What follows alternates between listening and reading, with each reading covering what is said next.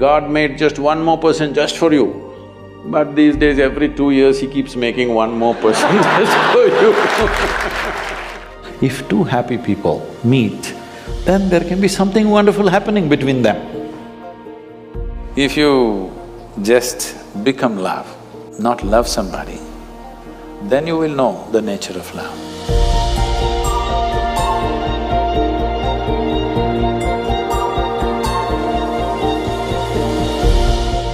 How do you know that the person you are with is the right person for you?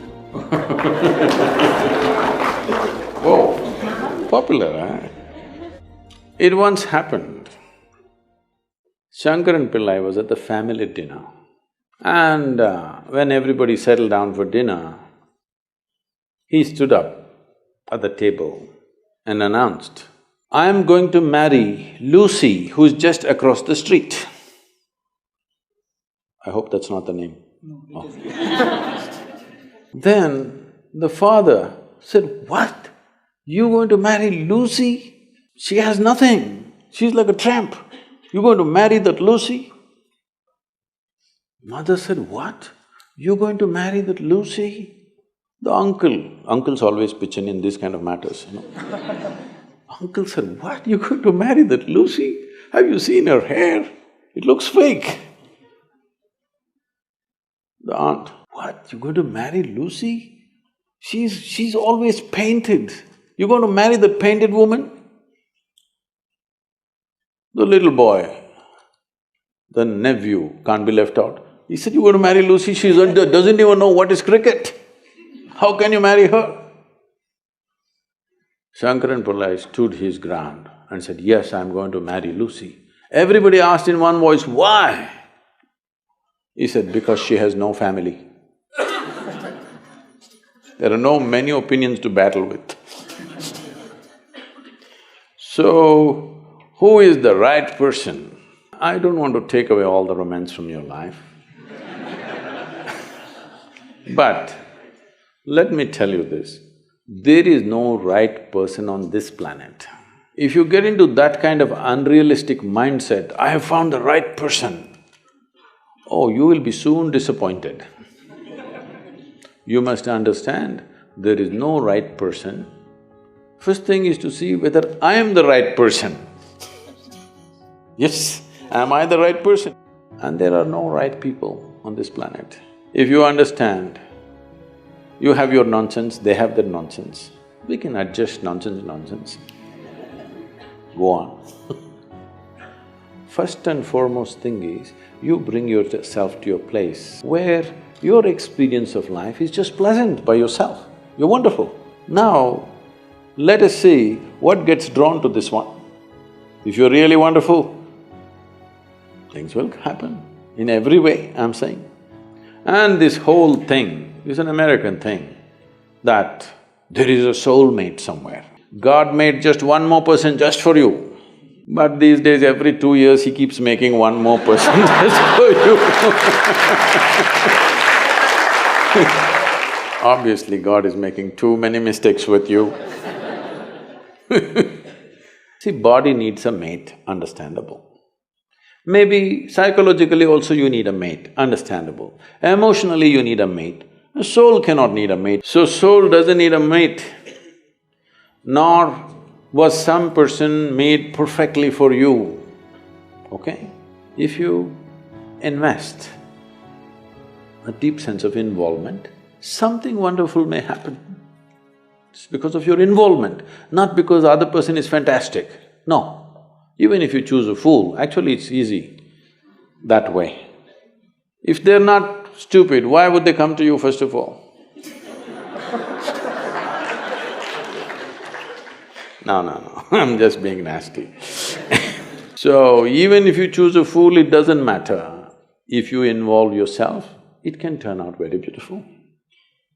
You chose the smartest person in the universe, it could be a disaster. So, do not think in terms of, whatever this made for each other nonsense. No, you choose the opposite actually. But after some time, after a little bit of time, you slowly start expecting they're just like you. This is a serious mistake. Because if one more person becomes just like you won't be able to bear with them for 2 days. Nobody is like you, and that's good. Don't look for sameness, not necessary. Because of the difference you tango, not otherwise.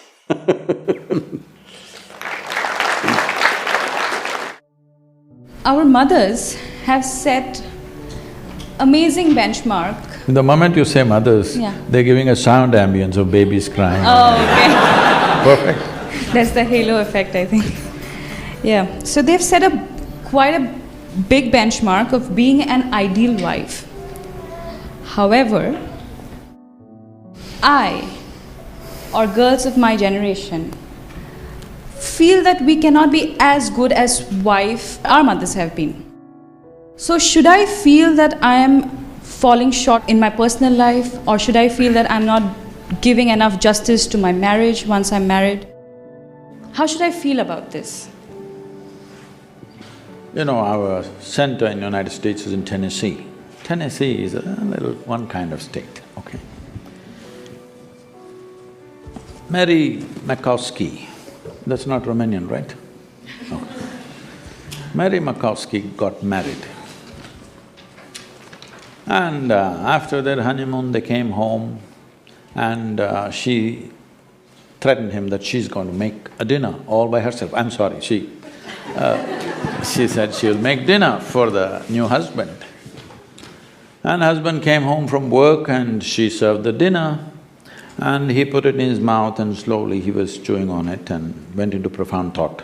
Then she was very excited about this dinner and she said, there are only two things my mother taught me how to cook, the meatloaf and the apple pie.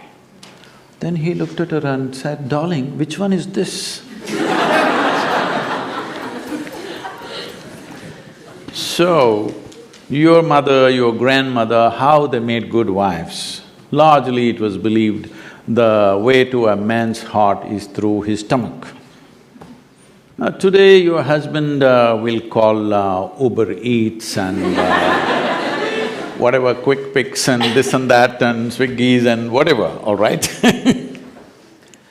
So, you can't make a good wife based on how your grandmother became a good wife. You can't become a good wife based on how your mother became a good wife. Situations have changed, expectations have changed. It's not in the stomach anymore. For some, it's gone up into the head, for some, it's gone further south. Yes? So, you don't do that. Essentially, what a husband and wife means is, because you're not geared, most people are not geared, very few people in this world are geared to make this journey of life all by themselves. They're organized enough within themselves totally. They never feel anything missing in their life because they've made themselves like that. But most people need somebody else to lean on. Either emotionally, psychologically, there are needs in a human being, physical needs, psychological needs, emotional needs, maybe social needs, economic needs, variety of needs. To fulfill these needs, you want to find one person that you can depend on. Because it's very difficult even to find one person with whom you can share everything that you have, your body, mind, emotion and works. So this is the idea. Formalizing it is so that every time you get some little friction, you don't fall apart, so little tying up so that things don't fall apart very easily, all right? Nothing else.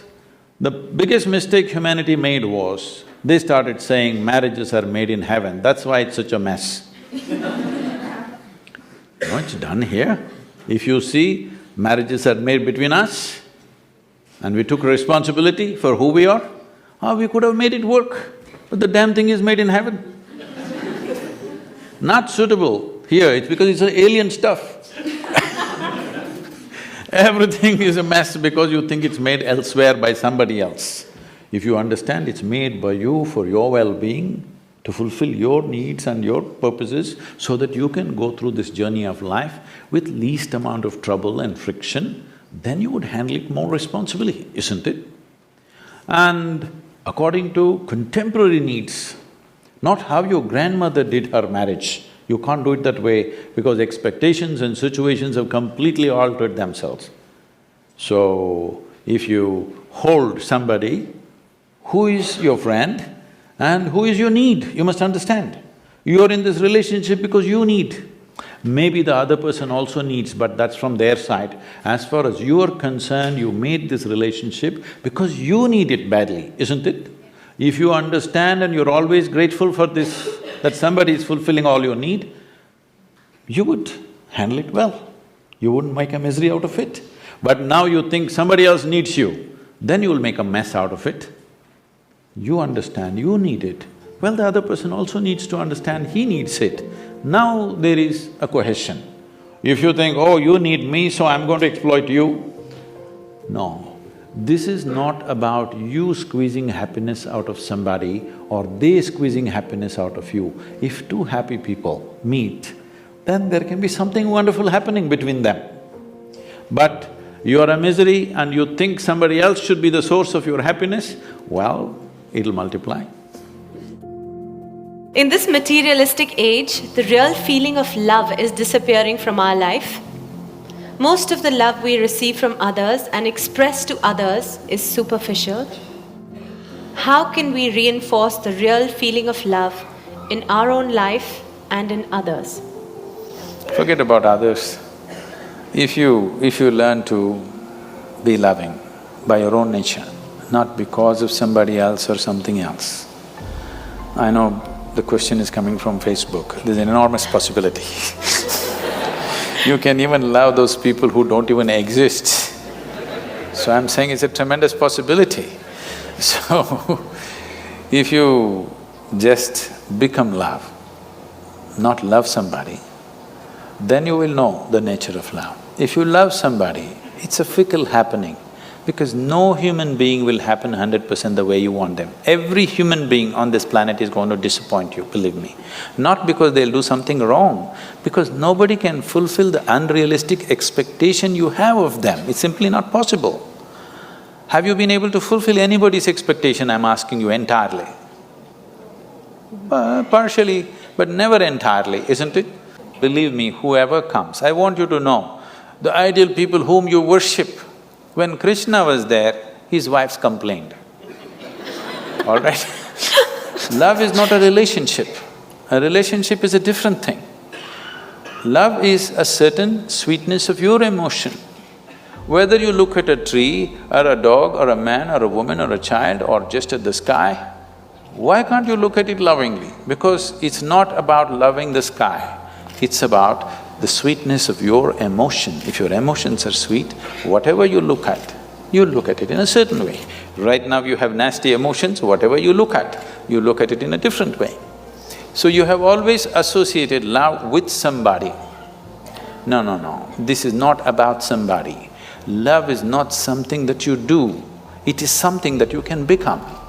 If you're willing, you can become love, you can make your emotion into a very sweet space.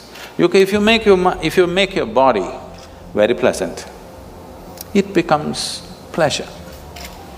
If you sit here, it can be great pleasure just sitting here and breathing. If your mind becomes pleasant, we say this is joy. If your emotions become pleasant, we say this is love. If your very life energies become pleasant, we say this is blissfulness, this is ecstasy. If your surroundings become pleasant, we call that success. Now you're calling your success with somebody as love, that's a mistake. You have a success story with somebody, you're calling that love. No, that is actually success, because that needs lots of management. But for you to be loving, there is no management. If you just make your emotions sweet, your emotions are sweet and it's beautiful, be like this. It's not about anybody. If somebody comes, we can share it. If nobody comes, you can sit here with your eyes closed and still be loving, what's the problem? It is not about somebody, it's not an action, it is not something that you do, it is something that you can become.